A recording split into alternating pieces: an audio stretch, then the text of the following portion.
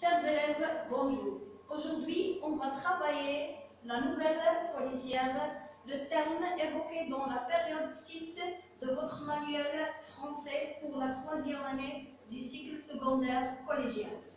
Alors, maintenant, on va évoquer une petite définition concernant le terme ou bien le récit policier. C'est quoi le récit policier?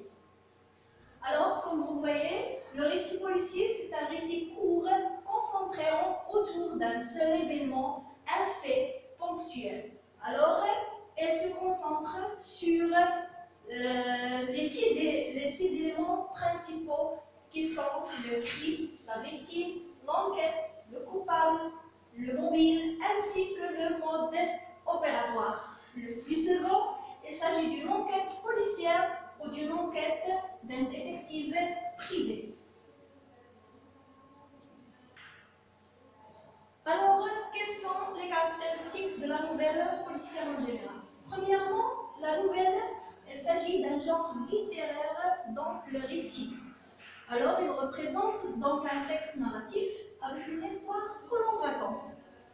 Deuxièmement, elle est une œuvre de l'imagination, ça veut dire qu'il y a de l'imagination en racontant les événements.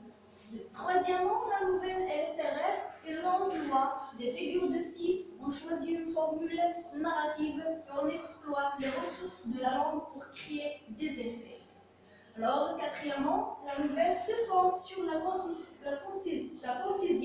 peu de personnages, d'événements et de lieux. Tout doit être ramassé et réduit. Cinquièmement, à l'opposé du roman, la nouvelle se concentre sur une action unique. Il se passe donc peu de choses entre la situation initiale et la situation finale. Maintenant, chers élèves, on va traiter le schéma narratif concernant la nouvelle policière.